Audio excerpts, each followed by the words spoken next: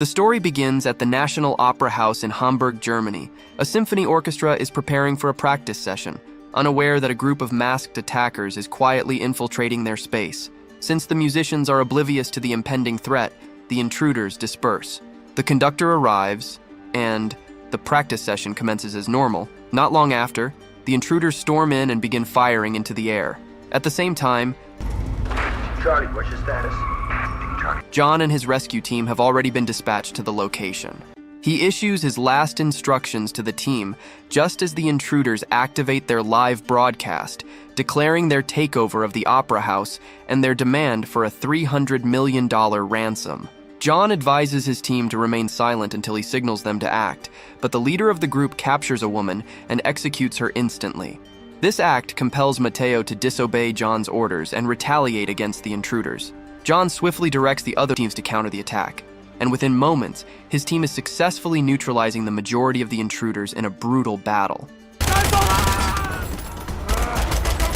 After the chaos has died down, John faces Matteo for not following orders. I gave you the order, soldier! However, it's evident that Matteo has been shot, and the situation looks grim. At that moment, a criminal posing as a captive suddenly comes to life. Matteo manages to eliminate him, but in a heartbreaking turn of events, John is fatally wounded. Matteo's quick choice ends up costing John his life. Years later, we discover that Matto is living in Romania, having retired from the Special Forces and now working in a rural area known as Assam Mill. Despite having moved on from his previous life, the memory of John's death continues to torment him. Matteo looks at a picture and is flooded with memories of the happy times he shared with John's family. On his salary day, he decides to retire for good, purchases a ticket to Bucharest, and prepares to depart. Simultaneously, in Amsterdam, an Interpol squad led by Shira manages to intercept a drug delivery, severely impacting several mafia groups. A gang leader informs Sabin, the cartel's leader, that the drugs have been confiscated by Interpol. It's later revealed that one of the prisoners is an undercover Interpol agent who played a crucial role in the operation. Shira informs the agent that they must intensify their efforts to capture the mafia's top leaders. Upon Matteo's arrival in Amsterdam, we encounter Paul, a businessman deeply involved in the cryptocurrency market. Simultaneously, Matteo is standing anxiously at Helen's doorstep. After a brief pause, he knocks. To his surprise, it's Helen's daughter, Angie, who greets him. Matteo requests that she bring her mother inside. Upon Helen's arrival, she is taken aback by his presence. She offers him coffee, though it's evident she's still trying to make sense of his unexpected return. Once inside, Matteo discovers that Helen is now married to Paul. The atmosphere becomes strained as Helen confronts Matteo, accusing him of not attending John's funeral, despite their close bond. Matteo, visibly weighed down, offers his apologies and confesses that he feels responsible for John's passing. He attempts to share the details of what occurred, but Helen remains unresponsive. It should have been me. Shut up! She's enraged, disturbed by his return after years, bringing up memories she's been trying to leave behind. After a tense exchange of apologies, Matteo departs, but Helen catches sight of him outside, looking defeated. This sight fills her with guilt, prompting her to offer him the guest room as a temporary place to stay until he sorts out his future. Matteo agrees. Later, Helen presents Matteo with some of John's old possessions she had kept for no particular reason, suggesting that Matto should have them. At the same time, Sabin discusses their present circumstances and the prior incident of cargo theft.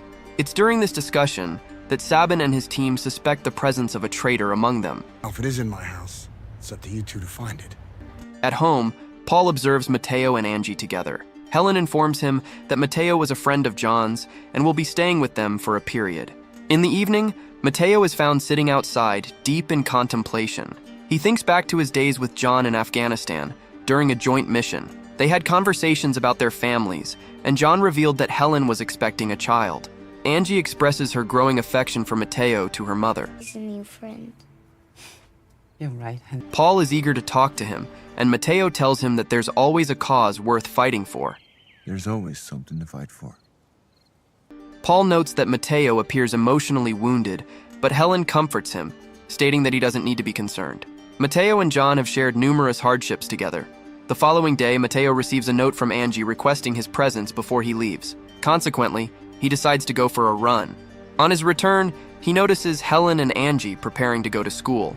Helen asks Matteo if he could look after her dog while she's at her job. Meanwhile, Sabin arrives to question Paul about the missing $15 million from his account. Paul attempts to clarify that the world of cryptocurrency is currently facing difficulties but remains hopeful for a resolution. However, Sabin appears doubtful. He gazes at a family photo, sternly reminding Paul of the urgency to resolve their current predicament. Don't fuck up, Paul. As Sabin departs, it's evident that Interpol's covert operatives are following him. Upon entering their vehicle, is discreetly observing them. He's attempting to capture a photo on his phone, completely engrossed in his task, oblivious to the fact that he's being shadowed as well. Overwhelmed, Matteo spends the day tackling work before Helen suggests they go for a hike. He decides to distract himself by constructing a treehouse for Angie, aiming to occupy his thoughts. Later, Paul returns home, visibly distressed, and Helen inquires about his troubles. He only mentions having accounting problems, not disclosing any details about Sabin. Meanwhile, a group of tourists on a boat come across a shocking discovery, a body suspended from a bridge. It turns out the murder was committed by one of Sabin's operatives, who learned the victim was cooperating with Interpol and decided to eliminate him. Upon their arrival, Shira and her partner recognize the victim as one of their informants. In his office, Paul is glued to the television, watching reports on a recent cryptocurrency crash. At that moment, Paul receives a call from Sabin, demanding his money back, with the ultimatum being that he had only a day to comply. Paul vows to rectify the situation, but Sabin doesn't even raise his voice. He simply instructs his men to handle it. Meanwhile, Shira and her partner realize that the attackers are trying to communicate with them through the men, but their phone's facial recognition system is too damaged to unlock. Angie playfully taunts Matteo about his scar, giving him a tight hug, while Helen observes the growing connection between them. It's a night for family pizza, but Paul informs them he can't join due to pressing business matters. As they enjoy their pizza outdoors, Angie presents Matteo with a sketch, and Helen encourages him to stay longer for Angie's sake. She mentions how John would have been delighted to see them so close. Just as they begin to see some hope, the situation spirals out of control. Suddenly, 4 men wearing masks and wielding baseball bats attack Matteo. Angie, not for her own safety but to shield Matteo, runs. One of the attackers aims for her, but she swiftly retaliates. The attack on Matteo was merely a diversion. As Helen and Matteo are left battered on the ground, one of the attackers snatches Angie and tosses her into a car. Matteo rises and snatches a bicycle, racing after the kidnappers. Helen uses a borrowed phone to contact Paul, informing him that Angie has been abducted. Instantly, he understands the situation and attempts to reach out to Sabin for assistance, but Sabin abruptly ends the call. Matteo continues to pursue the vehicle, eventually succeeding in boarding another one and confronting the criminals within. However, upon entering, he discovers Angie is missing, leading the pursuit until they come to a halt. Matteo finds himself in the hospital, bound to the bed. Helen is outside, yelling at a police officer, and Angie remains unaccounted for. Shira and her partner assume control of the investigation. The absence of concrete evidence leads to Matteo's eventual release. Shira inquires about his strategy, and he reveals his plan to save Angie. She learns about Sabin and the other gangs possibly linked to the case. Their investigation suggests the kidnapping is personal, yet Paul's silence when questioned by Helen and Paul raises suspicions. Shira gives Matto her contact information, and after everyone departs, she and her partner attempt to uncover Sabin's role in the kidnapping. During this time, Angie is detained at Sabin's establishment. He discovers that Matto has been discharged from the hospital. He informs Angie that she will soon return home, but his instructions to his men are to consider selling her to a global criminal organization. Matteo contemplates the sketch Angie provided him and recalls the moment John requested him to be Angie's godfather. Are you serious? It means if something happens to me... He begins to assemble the necessary equipment for her rescue. Upon Paul's arrival to alert him, he inadvertently discloses Sabin's ties to the Ties family. Realizing Paul is aware of more than he admits, Matto confronts him. Where is he? Revealing the truth, Paul confesses to stealing $15 million from Sabin. After reclaiming John's firearm from Paul, Matteo coerces him into contacting Sabin, feigning possession of the funds. They agree to a swap, Angie, for the money. Sabin consents, and they decide on a rendezvous at a construction site. Before departing, Matteo promises Helen he will return Angie. At the same time, Shira and Interpol suspect Paul of concealing something. She instructs her partner to monitor Paul's residence. However, shortly after, Matto attacks the agent, seizing his vehicle and escaping. Helen offers the agent a seat for coffee and initiates a conversation with Paul to resolve their issues. Paul, now realizing Matteo's collaboration with Interpol, starts to feel anxious. Matteo arrives at the construction site for the exchange, where he faces a gang of criminals. He requests they return Angie, but they are taken aback to learn Angie is not with them. The entire scheme was merely a ploy to recover the money. They forcefully take Matteo's belongings, only to discover a bomb concealed in his bag. The detonation wounds several of the criminals, causing the rest to flee. Meanwhile, at the residence, Helen faces off against one of Sabin's henchmen.